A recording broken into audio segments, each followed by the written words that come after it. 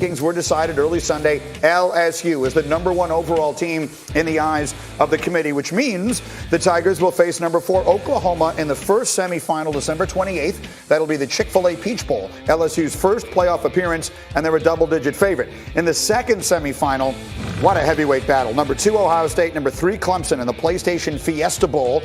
Buckeyes are 0-3 all-time against Clemson, including a 31-0 loss in the semis in 2016. The Buckeyes, however, do own the best FPI chance to win it all at 35%. LSU was second at 28%. And as for Dabo Swinney's Clemson team, he's getting pretty used to being overlooked.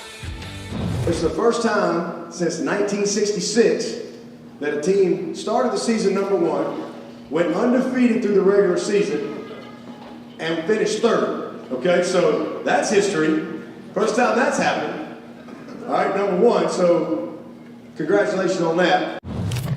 Free fuel, when you're going across country, man, free fuel's good. It's expensive. Gas costs a lot of money, so when you can get free fuel, it's always good.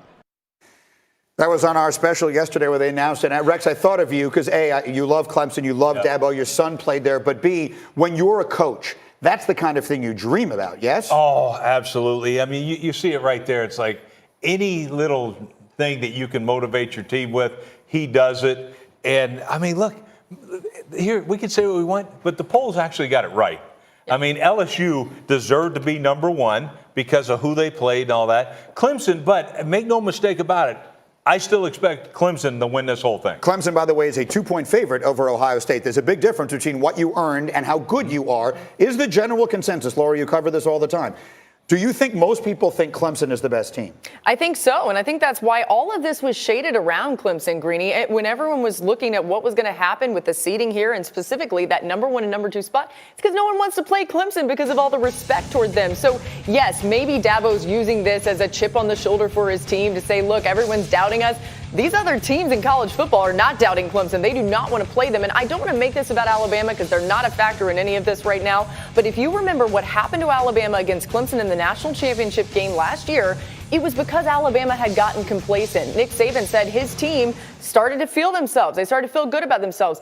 Dan, Dabo is so scared of that happening with his team. I see fear in what he's doing, the best kind of fear. But he's trying so hard to make sure they don't get complacent. But that's why he takes moments and coaches through them. I talked about the kicker last week. He flipped out on his kicker. I talked about him kind of using some, they don't even want us in the playoff. And listen, there's no quarterback in college football playing better than the kid at Clemson, Trevor Lawrence. That is.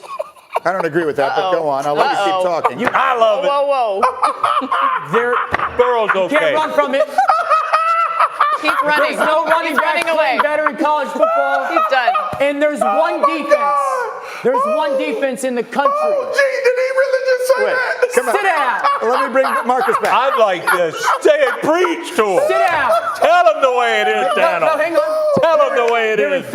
There were 3 defenses in America going into this weekend who had not given up 21 points. Ohio State, Clemson, and Georgia. There's one left.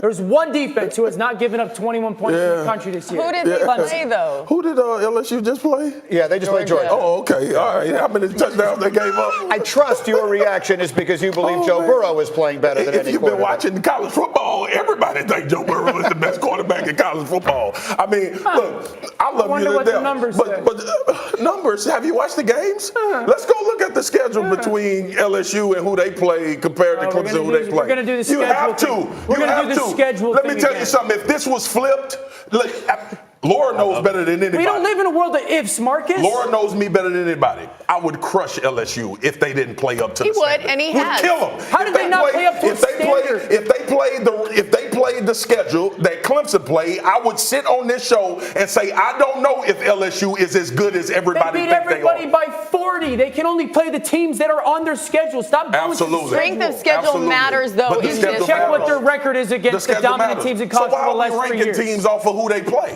This conversation will likely continue through the remainder of our day, but it won't be on TV because First Take is coming up next. Jimmy G and the Niners. Line, G. Look at me today, G. I'm already a beast, so we just gonna be beastie. I call you bro. Yes. You are my bro. Are you crying, son? This is not exactly how I meant for this to go. Take that and smoke it. It is a Tuesday staple, but Swagoo is with us on a Monday. He will interpret the words of others because you need to understand what they're really trying to say. We begin with the Patriots. They heard boos at home yesterday in their loss to the Chiefs. Tom Brady was asked about it after the game. You hear cheers, you hear boos. It's part of being in sports. That's what Brady says. What does Swagoo say? Man, this is what Tom Brady really meant to say. Who the hell y'all booing? I'm the GOAT. You better boo the rest of these bums that I'm playing with on offense. But I know damn well y'all ain't booing me after 20 years and 6 Super Bowl and 9 appearances. Boo them. Don't boo me. If you even want to boo Belichick, and I know he the greatest coach ever, boo him. But you damn sure ain't booing me for all that I done for you. Well done. Let's go to the next one. My favorite play of the day, maybe my favorite play of the year, George Kittle, the play of the season, carrying people on his back on a huge 4th down conversion that set up a game-winning field goal. Here's what his coach, Kyle Shanahan, had to say about it. Kittle made a hell of a route, broke that tackle and taking it down the sidelines. I thought I was going to have to call a number of more plays to get into field goal range, but Kittle took care of that fast switch to probably saved a few years of my life. All right, that's what he said. What does Swagoo say? Shanahan, you are exactly right. You don't have to call another play because Kittle is a backyard brawler. There used to be this dude named Kimbo Slice that would knock people out for a little sum of change. Then he ended up in the MMA knocking people out. That is who you have that tight end. He's damn near his own Infinity Stone from Avengers. Just give him the ball and crazy things will happen. You will either win the universe back or you'll lose the universe depending on how he feels. Even when they face mask him, even when he's blind, he punches people in the face and gets yardage. Kittle is an Infinity Stone or he's / Kimbo Slice. Take it how you will. All right, next we get to Baker Mayfield, who after a Browns win yesterday, threw the team's medical staff under the bus for how they've handled receiver Odell Beckham's sports hernia injury. Here's what he said. I'd say that, it wasn't handled right. He's not able to run as well as he should be able to, as well as he knows, and that's frustrating for him. You can sense that's some of his frustration where that comes from. So it wasn't handled the right way in our training room. So it is what it is, and so his not 100% is still good enough for us. Oh my God. Anyway, that's what he said. What does Swagoo say? So, hey, listen, guys, listen. I'm Baker Mayfield. I'm the head coach. I'm the quarterback. I'm the GM, I'm the president, damn it, I'm Haslam. I own the whole thing. So I can say what I want to say. The training staff, they got to take care of me as a player, the player part of me, they are not taking care of OBJ. And look, I got to do something about it. I got to move this franchise in the right direction. It ain't going to be with my arm. It's going to be with what I'm saying. So I'm going to keep saying stuff until I finally get something right. But until then, y'all should have took better care of OBJ. And if I get a bang or a bruise, please take care of me. I want to bring Rex into this conversation because we were talking about this earlier. Come on, Coach. And obviously, as our producers talk, Rex doesn't hear it because he blew right through our break. So you didn't get a chance to give your commentary, but you and Baker have had some comments over the course of the year. What was your take on this? Par for the course. I mean, this kid just doesn't get it. And look, part of us, we created this monster. I mean, 20 commercials he's done. We gave him the Heisman when it should have been given to Lamar Jackson.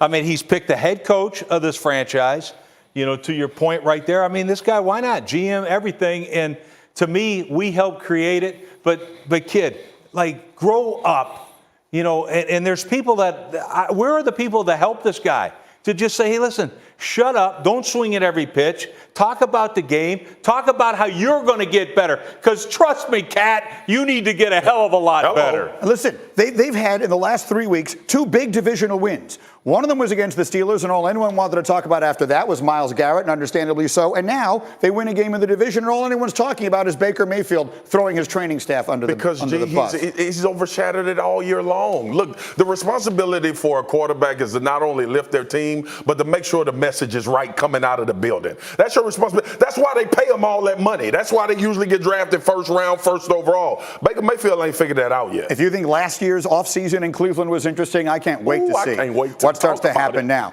Meanwhile, Week 14 is not done. Big one tonight, Monday Night Football. It's a must-win for the Eagles. They're a game back of the Cowboys, as you know, in the NFC East. They're hosting Saquon Barkley and Eli Manning and the Giants. It's 8 Eastern on ESPN, ESPN Deportes, and the ESPN app. Coverage begins with Monday Night Countdown.